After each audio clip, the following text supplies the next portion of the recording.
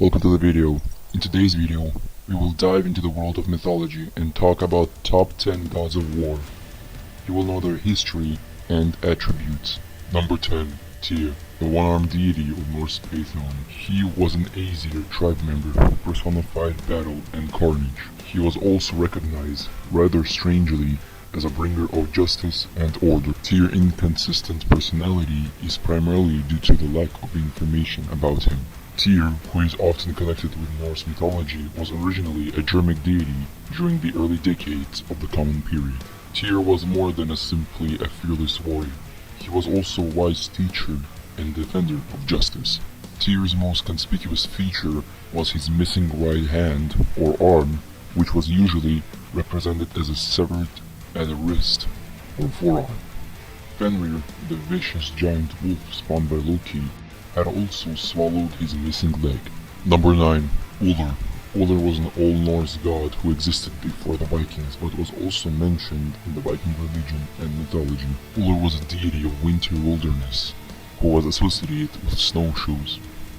Nobody could capture him in the snow, it was said.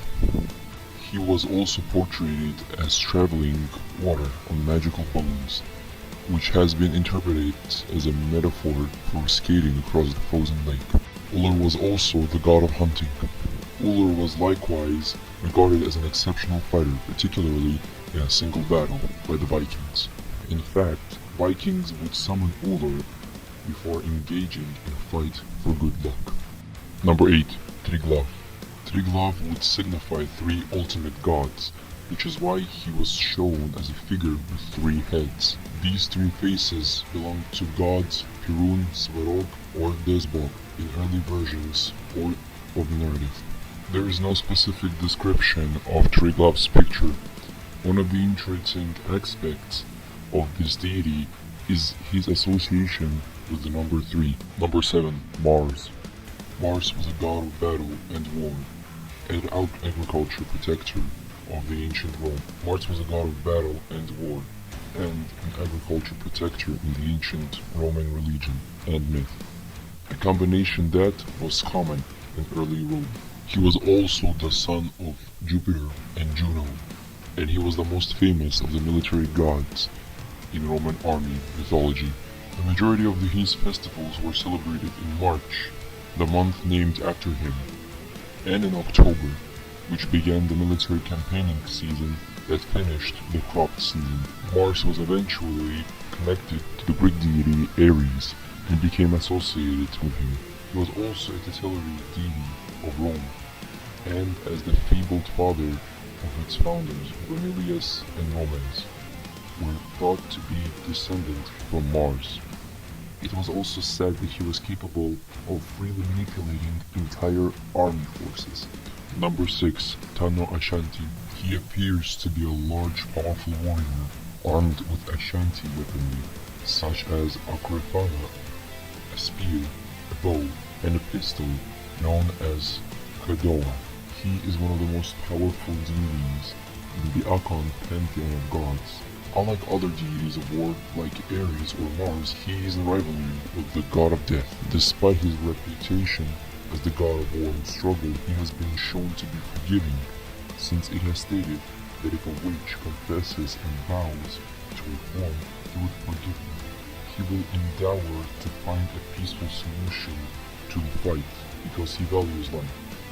But he will employ force quickly, effectively, and mercilessly against those who do not hear his cries of peace. Number 5. Mahas. Mahas was an ancient Egyptian god of war who was represented to have a lion head. He was regarded as the son of the lion goddess Bastet in the Lower Egypt, or Sekhmet in Upper Egypt, with whom he shared characteristics. His father was reported to be a human who had no idea the goddess was planning to conceive. Mahas was a god linked with combat and weather, as well as defender of maternity and Amun's high priests, as well as blades, lotuses, and consuming prisoners. Feline deities thought to have tremendous power were associated with their pharaohs and became patrons of Egypt. An interesting fact is that a male lion hieroglyph appears in terms like prince, strength, and power. Number 4. Athena. She is the daughter of Zeus, born without a mother and emerging fully formed from his forehead. Other versions goes that Zeus swallowed Mantis, the goddess of counsel, when she was pregnant with Athena, causing Athena to emerge from Zeus. She was associated with Minerva by the Romans. However, unlike Minoan civilization of the Bronze Age, the Greek economy was essentially military. Therefore, Athena, although keeping her early domestic responsibilities, became a goddess of battle. She was also skilled at military planning and inspiring heroes. Athena's unique abilities include the capacity to create helpful things and craft. She also invented numerous talents that women used in ancient Greece, such as weaving and ceramics. Number 3.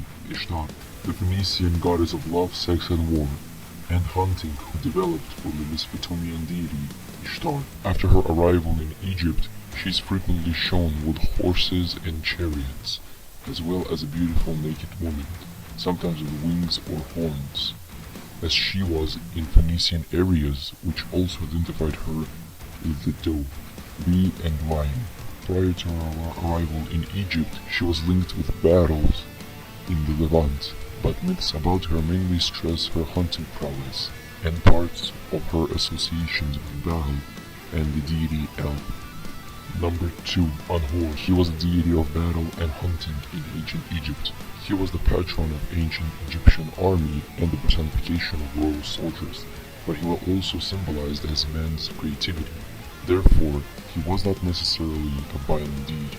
During his festivals, the Egyptians staged a pretend fight between priests and commoners, hitting each other with sticks. Anhor is typically shown as a stranded monarch dressed in a long kilt with a feather-like design and a crown of 4 tall feathers. Number 1. Ares. Probably the most popular god of war in our modern culture. Ares was the Greek god of war and one of the least popular Olympian gods due to his quick temper, aggression, and unstable thirst for strife. He famously seduced Aphrodite, battled Hercules in vain, and infuriated Poseidon by slaying his son. Ares' special abilities were strength and physicality. He was a super-born combatant and in battle as the god of war, causing numerous slaughters and ruins everywhere he went. He represents bloodshed and brutality that occurred during conflicts. He didn't care who won. All he wanted was for humans to battle and murder one another. Thank you so much for watching. If you enjoyed, don't forget to leave a like and share it. Stay strong.